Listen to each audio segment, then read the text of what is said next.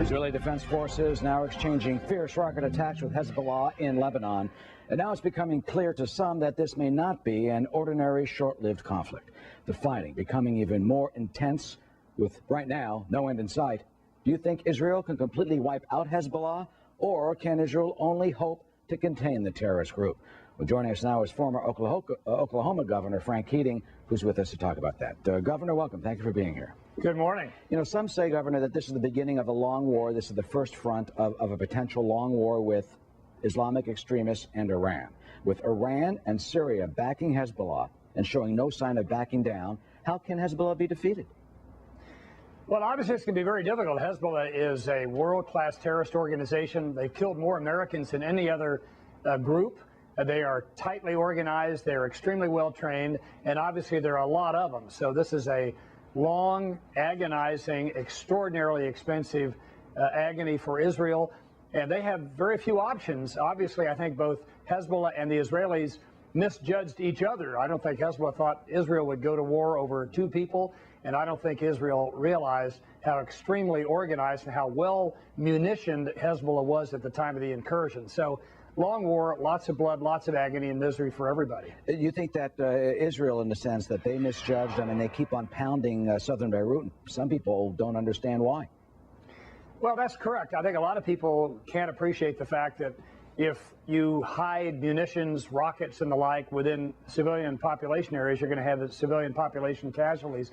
But the reality is nobody really wants chaos except Hezbollah and Iran and a few others, and maybe some in the Palestinian Authority. The fact is we have a lot of potential allies here. The Indians have problems with Pakistan with their own extremists, the Russians, obviously with Chechnya, the Saudis don't like disarray, and hopefully Connie Rice going to the Middle East, going to Jerusalem, will be able to bring these people together and sit down and act the part of an honest broker.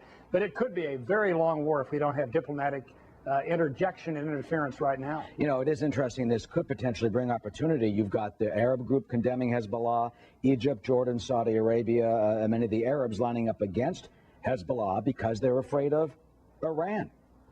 Well, that's correct. But what's interesting is there right now in that pinprick area of the world, you have some Sunnis, some Shiites, and obviously the secular regime in Syria all applauding chaos. What we have to hope, obviously, is that people, you mentioned the Egyptians, that certainly don't want to have the extremists in their midst take over. A lot of these regimes do have reason to intervene and help us try to sort through the agony and get some kind of resolution. But to the Israeli people who've been pounded by these rockets really for darn near 20 years now, they've had enough. And there has to be, obviously, some more movement on the ground to see who's got an advantage, and then hopefully some diplomacy. But there's got to be some resolution that the Israelis can count on. They just simply can't have the UN marching up and down the border, not able to do anything to protect them. You know, while you're talking, Governor, on the bottom screen, we're showing our viewers the history of many of the attacks. Do you have a sense that this is different, that this is a line in the sand? I know, covering the UN for Fox News, I have that sense over there, that even some of the diplomats who publicly are condemning Israel privately, and members of the Security Council, say they actually understand what Israel is doing. Well, I think a number of the people I've talked to have indicated their fear really stems from the standpoint that the armaments, the sophistication of the armaments is rising.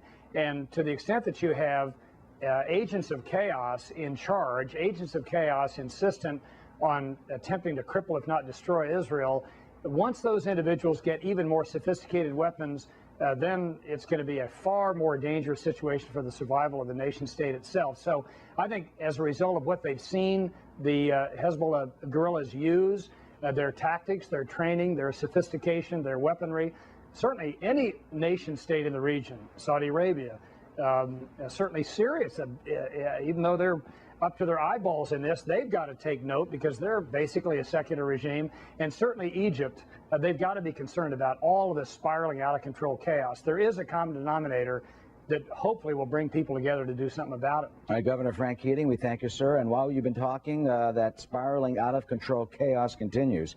Let's take a look at Haifa. Air raid sirens now ongoing. Take a listen.